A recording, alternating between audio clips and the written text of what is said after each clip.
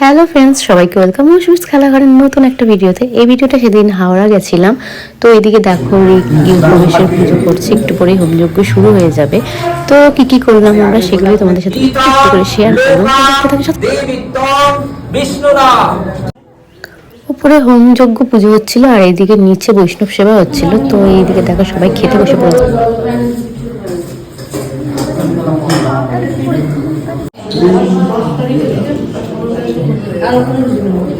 কথা বললো বলে কাজটা খুব ভালো হয়েছে।